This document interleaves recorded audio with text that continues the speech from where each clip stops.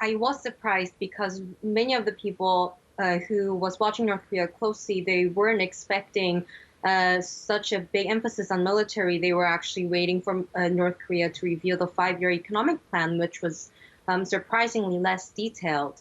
They reverted back to the old hostile rhetoric, calling the United States the biggest main enemy, and said that hostile policy just does not change regardless of who's in the White House. And this was actually the implicit first response to Biden becoming the president-elect of the United States. Well, can you tell us more about what message Kim Jong-un is trying to send to the incoming administration? Basically, North Korea's message was that they already saw the United States, how they won't budge easily, that they won't waste time and energy anymore trying to reach out first. So that's why they were sharing this wish list. Basically, Kim is saying, so here's what we're going to do.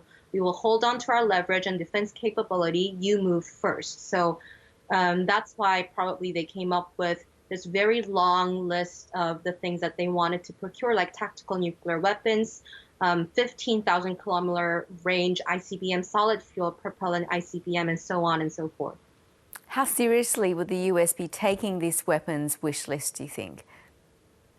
Until now, it was pretty unclear what Biden administration's North Korea policy would be.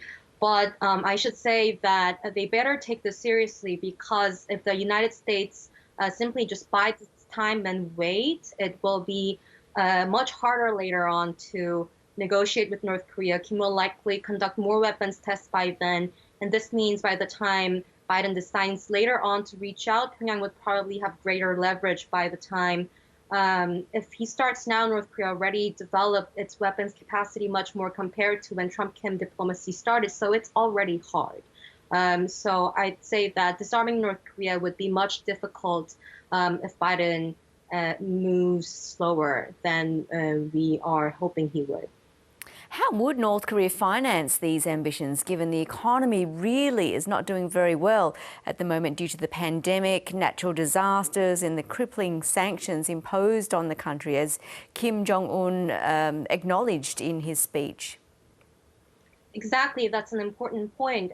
They are sharing their hopes about what they want to procure in terms of military capacity.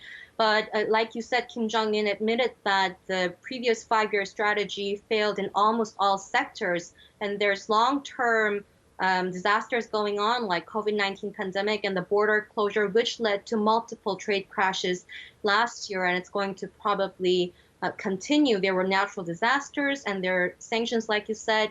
And with North Korea not focusing on reach out to United States, it's unclear. It's almost impossible for North Korea to get rid of sanctions in the close future. So, like you said, it's unclear how they are going to finance that. I think that's why they are still leaving the door cracked open to the possibility of diplomacy. They said that the key to improving DPRK-US relations is for Washington to drop its hostile policy. It wasn't like North Korea saying that they won't be dealing with Washington anymore. Well, Kim Jong-un and Donald Trump met 3 times. Did they even come close to making a deal? And how close do you think Mr. Biden will come? I think Hanoi was a very important opportunity that President Donald Trump missed. North Korea was actually, it seems, if we read Woodward's book, we can see that North Korea, to some extent, was serious about giving up Yongbyon. To Donald Trump's perspective, that wasn't a big enough of a deal, so it ended up with a no deal. But that just made North Korea just walk away from the dialogue table as a whole. So although it was pretty close to coming to something like a start of a denuclearization deal, not a complete denuclearization, that opportunity is missed. And now Biden administration has to deal with North Korea that has even more leverage than they did back in 2019, February in Hanoi. Fascinating to talk to you. As always, Jeongmin Kim, thank you so much. Thank you.